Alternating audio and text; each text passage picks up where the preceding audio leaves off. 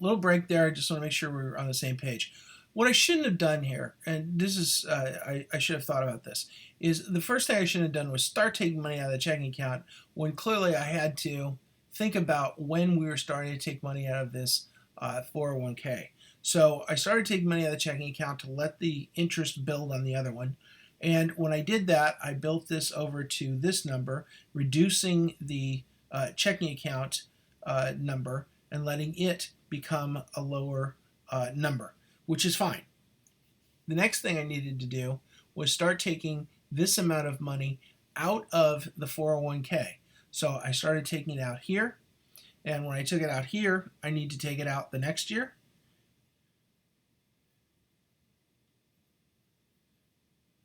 And I've got too many, in fact, both of these need to be less decimals. Okay, and so I can move this back now, make it look more uniform. Okay, so you can see that this number should be taking, it gets interest coming in and it reduces down by the amount that I'm withdrawing. So this should keep going until I run out of money. And so this is a question of how much it goes on until you run out of money right here at age 89. So at age 89, my 401k is depleted, which is what it's supposed to do. And taking that back into account, our, where did we go? Our checking account, which is all these numbers mean nothing, so we're going to get rid of those. Our checking account still is going along okay, but it's withdrawing this number, which we don't want it to do anymore. So it withdrew it once, it withdrew it twice, until we started taking money out of the 401k. So in this case, we're going to get rid of the plus 54, and we're going to assume our checking account gets nothing on it, and we haven't spent it, and all we're doing is adding to it from any extra cash. Since we have no extra cash, it's not going to change. And so I'm not going to suggest you invest it all. You obviously would, but we're going to leave that as cushion, and we're just going to leave this amount into our checking account until we need it.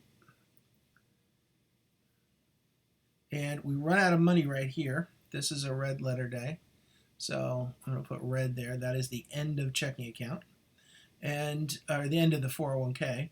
And our checking account here now is set, and we don't have to do anything else for that. We still have our house, it's paid for, so on. There's, the mortgage. Did I get rid of mortgage, or did I get rid of it at any time? No. Where's my mortgage end? When did I get my mortgage? My mortgage was in 2021. It was a 30-year mortgage, so 2051. Here's something that'll help me. That's the end of my mortgage. So no more mortgage payments. There's a day everybody's happy for. Delete. So we have no more mortgage payments there, which will get us even more cash flow going into our account. Let's go all the way back here to cash flow. Cash flow, total net worth, cash flow. Cash flow is here. We go back here. Our cash flow, when we get rid of the payments, starts to bump up quite a bit, which is awesome. So we get, we're still working, but we have no house payment. That's fantastic. So you can see the cash flow bumping up quite a bit there. Okay, so now we have a situation where we're out of money in our 401k. What are we going to pay this $215,000 expense bill with when we're 89 years old? Well, we've got $3 million in our checking account, so let's start with that. We're going to do this checking thing again. And this amount now is going to reflect similarly what this did, which is we're going to subtract the checking account. We're going to subtract out the amount in the checking account from the amount we owe. The amount we owe from the checking account to get a new checking account balance. So this checking account balance is going to equal the checking account balance plus the amount we're pulling out to spend our bills, and that'll give us $319.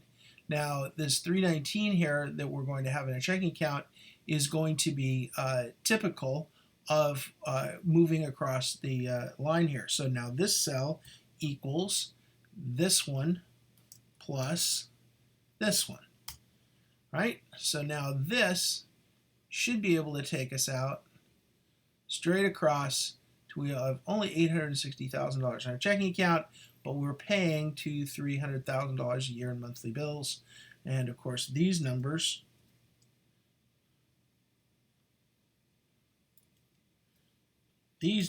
aren't needed.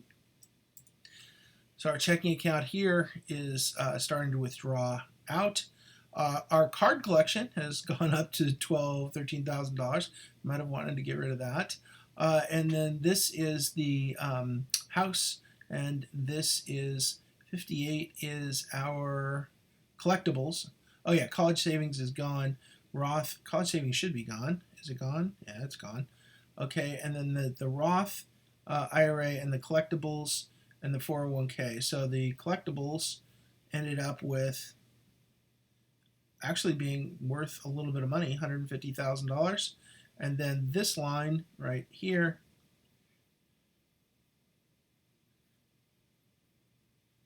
oh, that was our savings. That was just our cushion, our savings.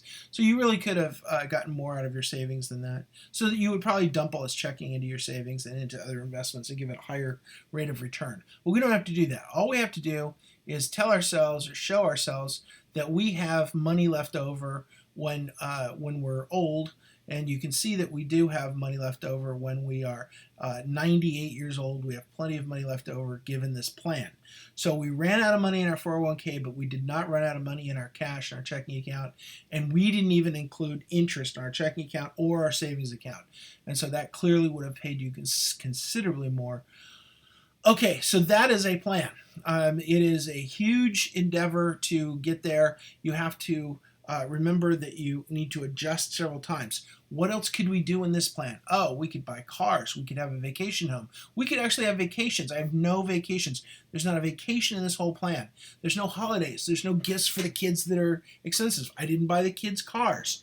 There's adjustments in here you could make. But what are you really saying? You're saying, if I start saving like this, we're going to have some really tight years when we want to have kids and have a house and live a life. It's going to be tight in here. We're going to have trouble making it.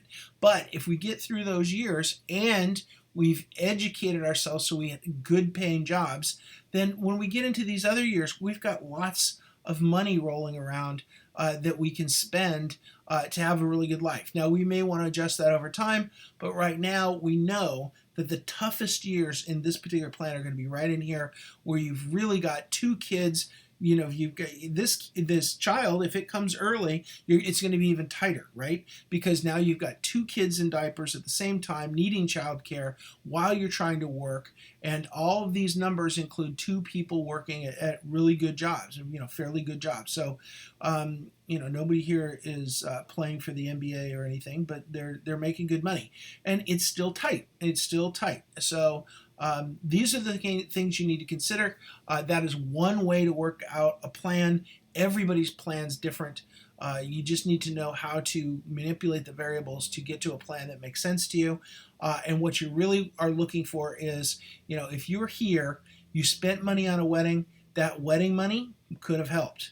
These are the kinds of decisions you want to make ahead of time. When do you have kids? Well, I don't want you to make that your sole determinant, but boy, when we took that $12,000 in childcare out and pushed it off a couple of years, sure made a difference in the plan.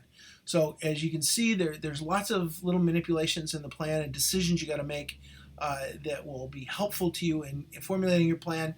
What's really important, we got our child's education. We got a good leg up on the child's education, and we had additional money for it. We have made it to retirement. We paid off our house. We have been able to live in our house all the way through retirement. We didn't have to sell it to make money. We were able to leave our kids a very nice inheritance. And in addition to that, we probably had a pretty good time because we didn't scrimp too much on the household food and the going out. And it's not a lot, but we did go out once in a while. We could have spent more there if we wanted to as the salaries rose. We probably would have, but so you can tell that the really crux to this system, the reason I suggest you all do plans, is because if you can't see this coming, this oh boy, let's push the kids off 2 years. We're going to be really tight with the bills. We spent $10,000 on the wedding. That's really going to impact us. We still owe the college loans. That's going to impact us. But then all of a sudden you can see when the debt goes away, all of a sudden you can start saving, and you can save for your kids, you can save for yourself, and that really makes a big impact on your net worth. Your net worth starts growing, and before you know it, you're a millionaire.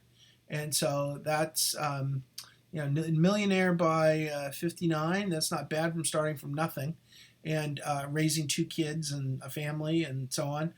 So you've done pretty well for yourself by that age. And if you just keep working, by the time you retire, you're $1.5 million or more money positive. So there you go. Anyway, so you've got a good overview of the whole thing. I will stop talking now and let you go to work. I'm always available for your questions. Thanks for everything. I hope you get all the way to the end. What you're really looking for is to make sure you don't run out of money. You get to retirement, you lose all your income, and you got to live off your savings. If you can figure out how to save enough between now and then, you have a successful plan. Thanks for listening.